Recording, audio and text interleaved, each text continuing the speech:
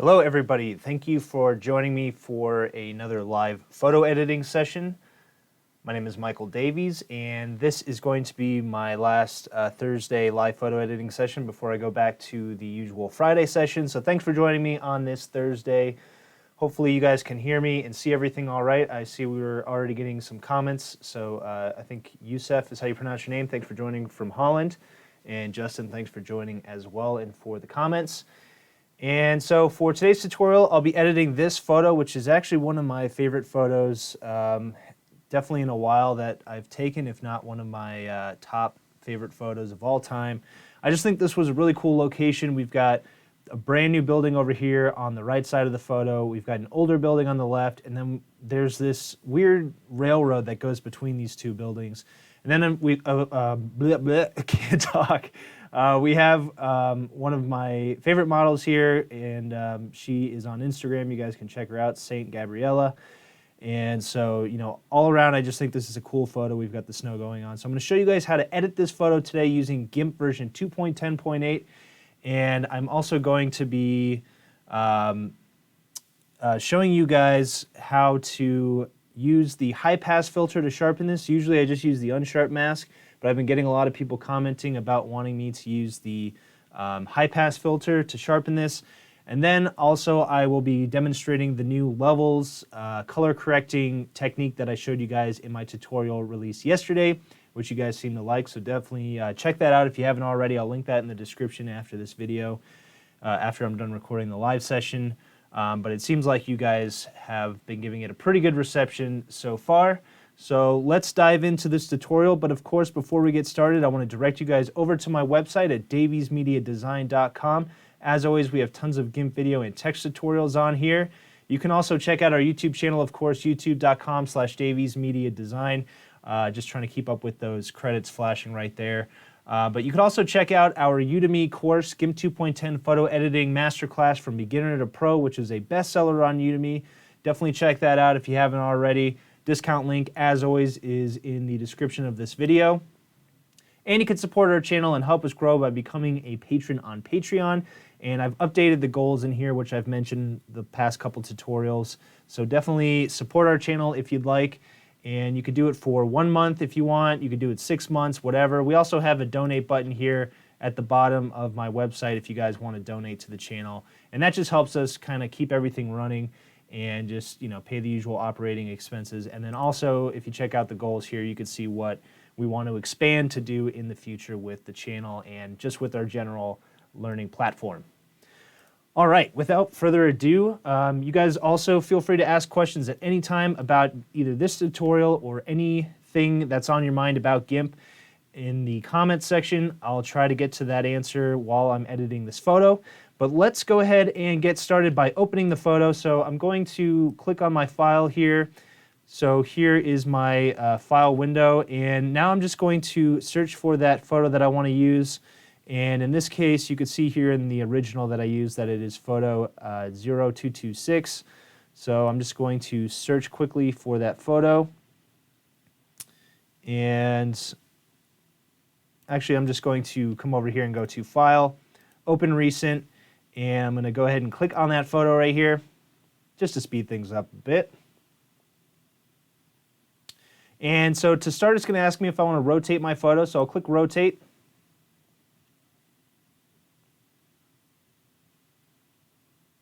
And now our original photo is opened up into GIMP. So you guys might notice here was the final version, here is the unedited version, so it's a lot darker, and it's also a little bit wider. I did crop this a little bit in the beginning, or when I first edited this. And Jerry, I'm getting a question. So you see I never open files from within GIMP. Any reason for that? It's just quicker to go to File, Open, Recent. I mean, if I go to File, Open, I can open my file within GIMP, and right here is my photo, and I can just double click on that, and I'll show you opening it up. There's no particular reason apart from just saving a couple seconds off of the tutorial, which is no longer the case now that I'm opening it again this way anyway. But yeah, no particular reason. I mean, I could go into the file folder and just manually click and drag it over here to the Wilbur icon and open it up. But yeah, just I suppose I've just done this so many times. I've just sort of skipped ahead to the quickest way to do this, but I do try to not cut too many corners on these tutorials because I know some of you are pretty new to GIMP and like to see the whole process. Whole process, excuse me.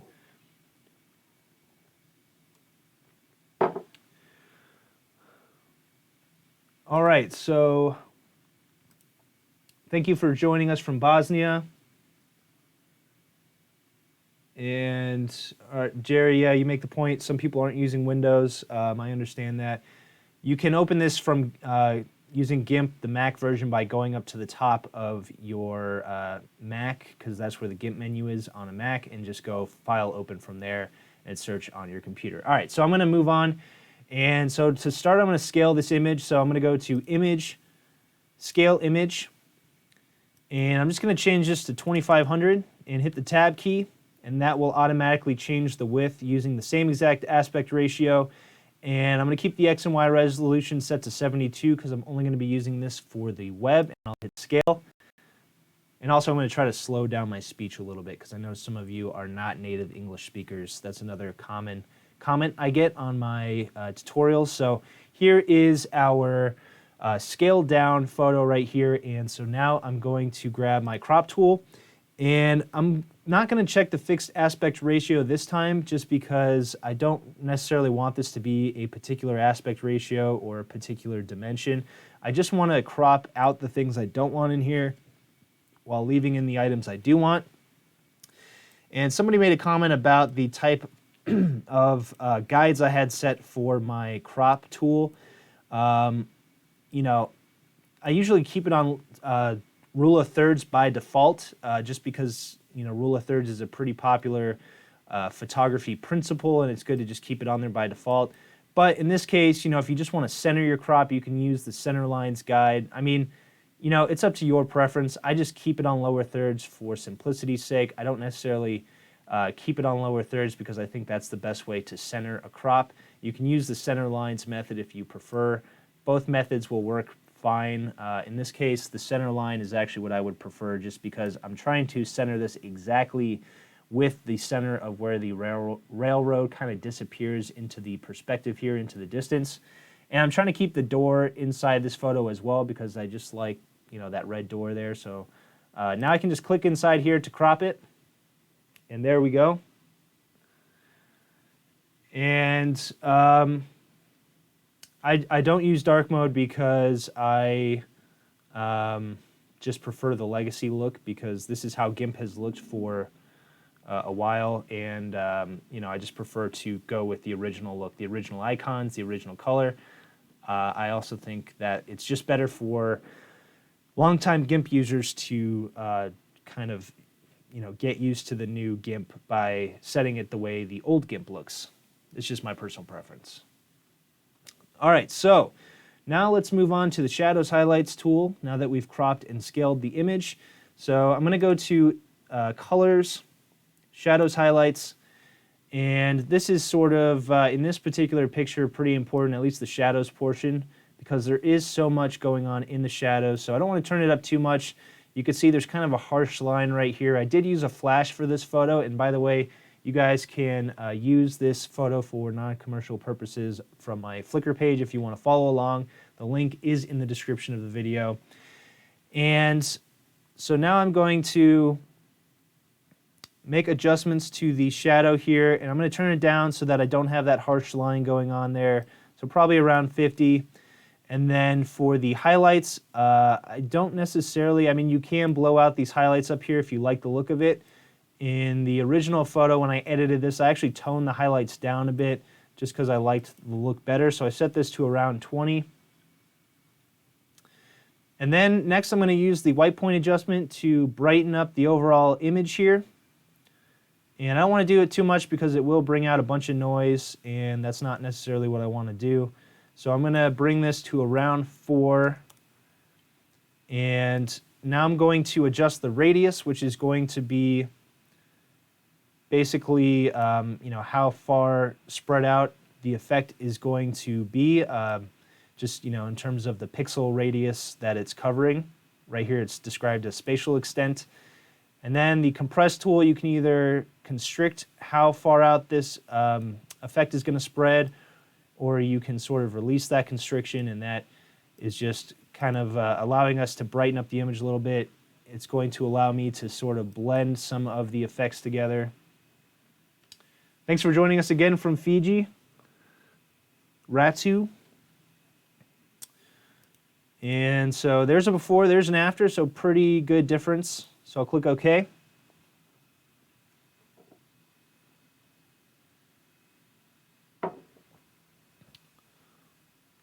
All right, so the next step here is I'm going to use the color balance tool. And I know I mentioned I'm going to use the levels method for this photo, but I'm also going to combine that with the levels color balance, because I think the two tools combined can be a pretty powerful final result. So I'm going to go to colors, color balance, and the goal with this is to make some subtle overall color changes to the 3 different ranges of my image. And that's always usually the the goal with the color balance tool. In this case, it is obviously a cooler photo, and you've got snow, she's wearing winter clothes, so if you're going to warm it up, it's not going to make a ton of sense. So in this case, I'm going to cool off the image a little bit. So I'm going to add a little bit of cyan, which is going to tone down the red. And this is in the midtones range, by the way. So now I'm going to test out magenta versus green. I'll add a smidgen of magenta there. And by the way, just because you are trying to cool this image off doesn't mean that you necessarily have to add all cool colors throughout all ranges of the image. So in that case, I actually added a bit of yellow. We'll see how that looks as we continue editing this photo. But for now, I'm just going to leave that. So now I'm on the shadows and just sort of going back and forth as per usual, trying to figure out what color combinations look best on each range here, and just doing a preview before and after as I do that. And now I'll switch over to highlights. And in this case, the highlights are mostly up here, so I'm checking out that area of the image as I'm editing and seeing what looks best. I do think a little bit of cyan still looks best up there. That is helping to make our image look a little bit cooler. And so I'm going to zoom out here and see how this looks.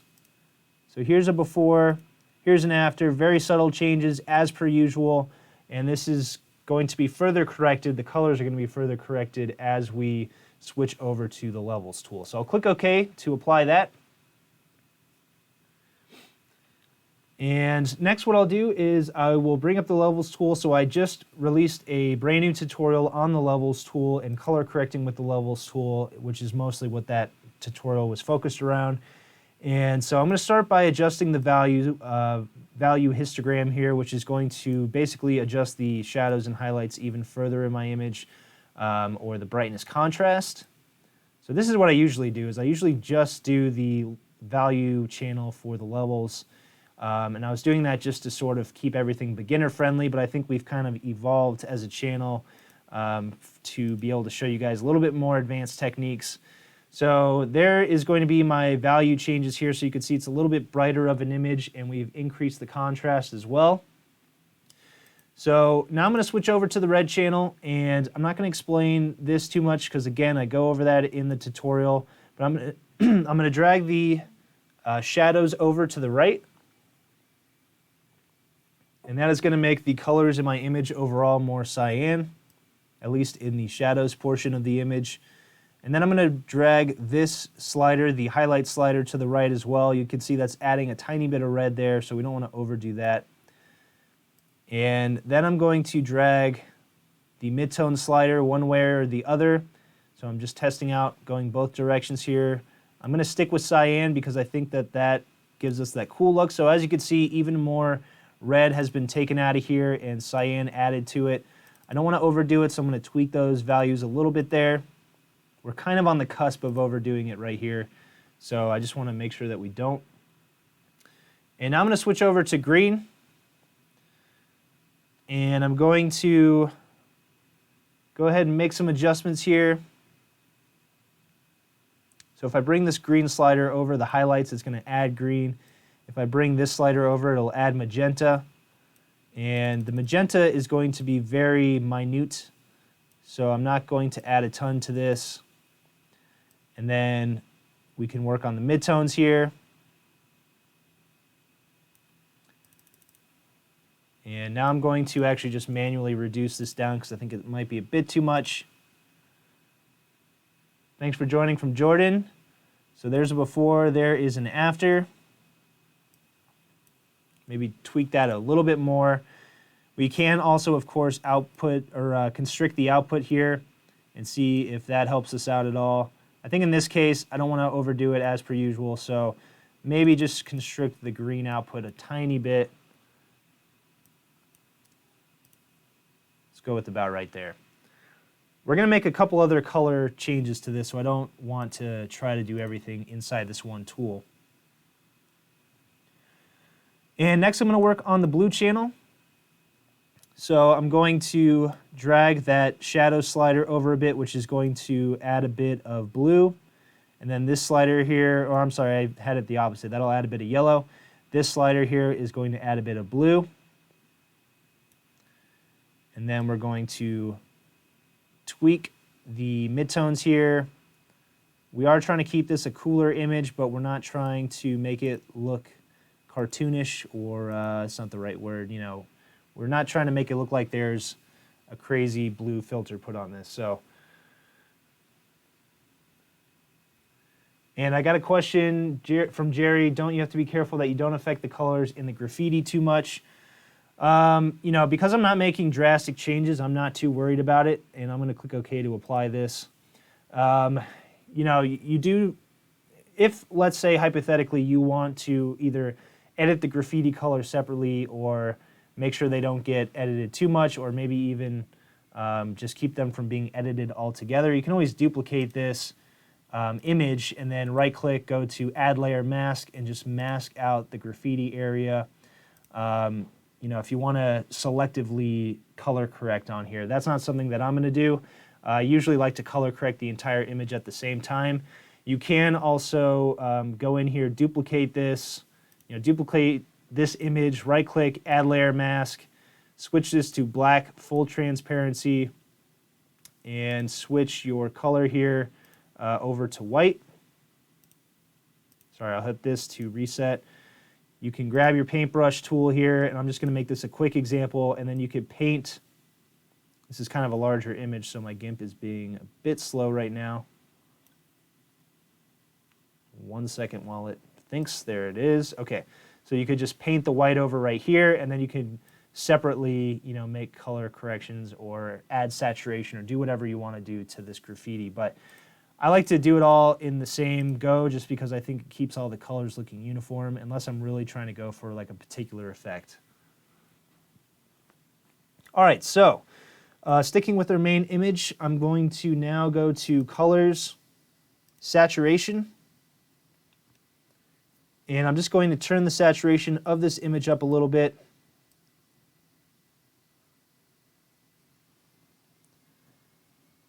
And I don't want to overdo it because like that right there, which is something I see pretty common, is just way too saturated.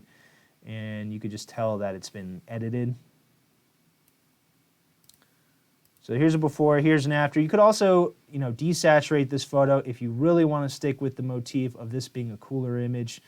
I'm not going to necessarily do that. I think it's a bit overkill, especially with there being so many nice bright colors in here. And we're going to add another effect to this to make the cooler appearance a little bit more prominent here. So I am going to just scale up the saturation a little bit and click OK. All right, so now I'm going to go to Colors, Color Temperature, and I will actually decrease the color temperature here just a smidgen.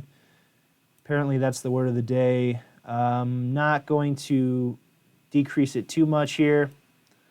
So let's go with about 6250. So it's just really a very minor decrease in color temperature. So we have nice intense colors, but now we've taken some of the warmth out. So that is allowing us to have both a colorful image and a cooler looking image without it being too obvious that we're trying to make this a cool image. All right, so for the next edit here, I'm going to use the curves tool. So go to colors, curves, and I know some of you are thinking, can't you edit the colors in the curves tool? And yes, you can. I'm just not going to go over that for this tutorial today. Save that for another day. But I'm just going to do the usual creating an S-curve to add contrast here. And for this image, I really kept it subtle because adding too much contrast sort of detracts from the details we brought back in with the shadows highlights tool. And I also played around with the bottom of the curve just to sort of remove some of the contrast because, again, I don't want to add too much contrast. So that just allows us to tweak it a tiny bit there, and I'll click OK.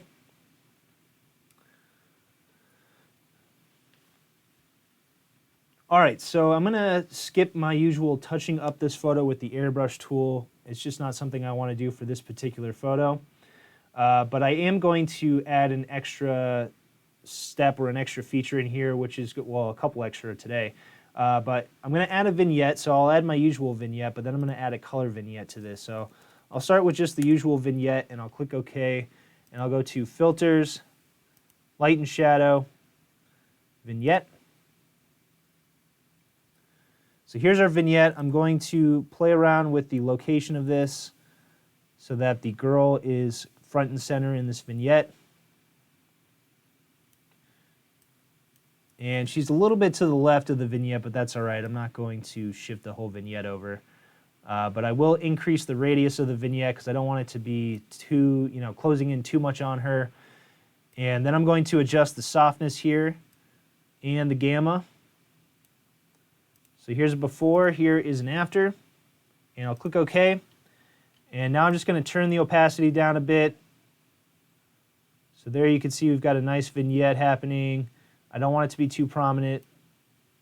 So there's before, there's an after, maybe a bit more. And now I'm going to add my color vignette, so I'm going to go to New Layer. So I added a new layer, and then I'll name it Color Vignette and hit the Enter key. And now I'm going to hold the control button and zoom in, and I'm going to click on my main image layer, which actually isn't entirely necessary, but now I'm going to click on my change foreground color icon there and grab the bucket fill tool. And now I'm going to grab a nice blue from the graffiti here. And so I'll go with that blue right there. You can always click this arrow to save it to your swatches inside your foreground color box here. So click OK, hold Control and zoom out. And you can always zoom out a little bit and then hit this icon here, and that'll center your image up into the middle of your canvas window. And now I'm going to grab my gradient tool and come over here to the color vignette layer. And I'm going to come over here and set the gradient to foreground to transparent. And then the shape is set to linear. And now I'm just going to click and drag my mouse. And I'm going to drag this all the way up to the top left corner here. You can only do this in GIMP 2.10. And for now, I'm just going to drag it about right here. So this is just going to add like a blue tint to the top part of our image. And I just like that because it helps blend some of the colors together here. And you can always come in here and adjust how this blue is fading on the image. And you can adjust, before you apply the gradient, the actual opacity here of the layer, or you could change the layer mode. So let's go with something like overlay, and then maybe soft light. So you can play around with the look. You can hold Control, back out a bit, and maybe have the gradient go a little bit off screen here. And I kind of like having this gradient be right at the center of this line here of the perspective of the two buildings kind of going into the background. And I'm going to tone down the gradient a tiny bit because it doesn't need to be that intense. So hold Control, zoom in a bit. So once I have everything where I want it, just make sure you clicked on the gradient and hit the Enter key, and that'll apply it. And now I'm going to do the same thing. So I'll create a new layer, and I'll name this Color Vignette, and you can either name it Color Vignette 2, or in my case, I'll just name it Color Vignette Bottom. And now you can click and drag from the top. I'm holding the control key to draw in straight line mode. And Victor, thanks for joining. I know you're coming here a little bit late, but I do appreciate you joining us nonetheless. And now I'm just going to adjust where this gradient starts here and also the fade of the gradient. And once again, I'm going to change the mode to soft light because I like the way that looks. Maybe have this come up a tiny bit. And I'm going to decrease my opacity here. Maybe go somewhere around 40. I think this one's a bit too bright, so maybe put that around 40 as well. Click on my gradient, and that might have actually just accidentally undid the gradient. Maybe not. I think it applied the other gradient, and let's see. Yeah, it applied that gradient. So I was going to hit the Enter key there, but I guess I accidentally clicked off of it, and that caused it to apply the gradient. So either way, we're good. And now we're going to get into some of the fun stuff here. So for one, I'm going to add the high pass filter to this, and then I'm also going to add a sort of cinematic overlay to this, which is going to really round out the image and the colors. It's still a little bit on the warm side right now since I did turn up the saturation, but that's all right. So now I'm going to come over here and duplicate my main image layer, and I'm going to change this to high pass. And now clicked on my duplicate layer, I'm going to come over to the filters option and go to enhance, and then go to high pass right here. So this is a gaggle filter.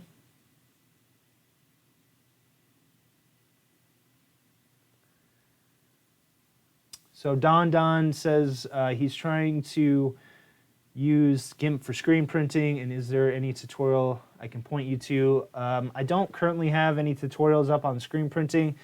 There is a feature you can use in GIMP where you can separate the colors into RGB or just whatever separate colors you want to do. It's kind of complicated, but GIMP is capable of doing it. I recommend Googling the subject on. I'm trying to think of the exact phrasing to use to Google, but it's something like, splitting the color channels in GIMP or something of that nature. So there is stuff out there, and if I have time, I'll create a tutorial on it. But I know that GIMP can do it. I don't know how well the final product can be used for actual screen printing, like how well it's going to show up on a screen printing exposure, but I do think that it can be done. I think other people have done it in the past. But back to the tutorial, I'll hold control and zoom in. And so now we have our standard deviation and our contrast. So the ultimate goal really with the high pass filter is to create thin lines around all of the areas, all the details in your image that you want to sort of bring out or you want to sharpen. Because basically this tool is sharpening the edges of lines and just the edges of any details. And that edge sharpening is what gives your photo that overall sharper look. So I'll start by decreasing the standard deviation. So as you can see, we're already sort of honing in on the lines here. And then I'll also play around with the contrast. You don't have to get it perfect on the first layer because we are going to duplicate this layer. It is sort of a balancing act here, trying to get this to the right setting. So let's try 550. So I'm trying to make sure there's not too much, color or anything behind here. But I'm trying to also make sure that the details of this don't disappear. So it's kind of tricky, but I think that's pretty good for now. It's at least a good first pass, so I'm going to click OK. So now you can see that all of the edges of our areas that we want to sharpen are, standing out here. I probably could have done a better job of enhancing the edges. But now I'm going to come over here to the layer mode, and I'll change this to something like overlay. You can always play around with the different layer modes in here to see which one looks best for sharpening. So I can kind of scroll through these with my mouse, and you can see that they each produce a slightly different result. So hard light actually looks pretty decent from a sharpening perspective. Let's see how it looks if I duplicate this a couple times. So there's once, there's twice, so you can see that as we duplicate it, it does get sharper and sharper. You don't want to duplicate this too much because then it's going to be too sharp. But there you can see that our image is nice and sharp here. We can also experiment with maybe changing the last layer to overlay instead of having it be the hard light again. So that looks pretty good. So hold control and zoom out.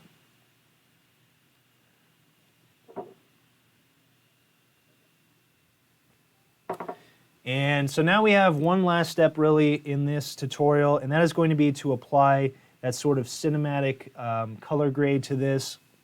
So what I'll do first is I'll go to Layer, New from Visible, and that'll put all of our layers onto one single visible layer. And you can hold the Shift key and click on that layer to hide all the other layers. And now I'm going to go to Filters, GIMP QT, and this is a third-party plugin that you have to download. It's completely free and it's amazing, so I recommend it. But once you have opened up GIMP, go to Film Emulation, and then come down here to Filter Grade Cinematic. And over here under Preset, I chose Cine Cold, and that's going to give our photo that colder sort of look, which is matching, you know, what's going on in the actual photo. And as you can see, when I'm moving it around, that's the original, and when I release my mouse, that is now with the effects applied to it. I can also toggle the preview option here. And I've already gone ahead of time and just turned the strength down of this. This is what it looked like originally. So I just turned the strength down to around the high 30s here, just to give it that little tint, and that's just making it look a little bit cooler. I didn't adjust any of these other options because it does kind of degrade the quality of the photo when you do that, and I think we don't need to make any other adjustments to this image. So now I'll just go ahead and click OK, and that'll apply that filter. So if I hide this layer, I'm sorry, I have to unhide all the other layers first. So if I hide this layer, you can see that's what it looked like before we added that Cine Cold filter. And if I unhide that, that's what it looks like after. And so there's our final photo. And Justin says that plugin is magic. I agree 100%. There's not enough time for me to discover all of the awesome things found within GIMP. So really happy that the GIMP team exists and that they created that awesome free plugin for GIMP. So now I'm going to export this. I'll go to File, Export As, and for this one I'll just name it, let's go with Zeppelin, Railroad Tracks, Buildings. I'm just randomly naming this. And I'm going to save it within this folder, but you can always navigate through your folders on your computer right here, or you could use the search feature. I'll hit export. And you can always control the quality here. And I'll just go with like 80% for now, and then hit export again. And there we go. All right, guys, that's it for this tutorial. Hopefully you enjoyed it. If you did, feel free to subscribe to my YouTube channel at youtube.com/daviesmediadesign. You can visit our website at daviesmediadesign.com for more how-to articles and video tutorials. You can also enroll in my best-selling Udemy course, and you can also help our channel and help us grow by becoming a patron on Patreon. Any help is appreciated. Any support is appreciated. You know, even if you just watch our tutorials, give us a like, hit the subscribe button. We always appreciate your guys' support, and you know, I'm very appreciative of this community. So, all right, guys, thanks for watching this one, and I'll see you next time.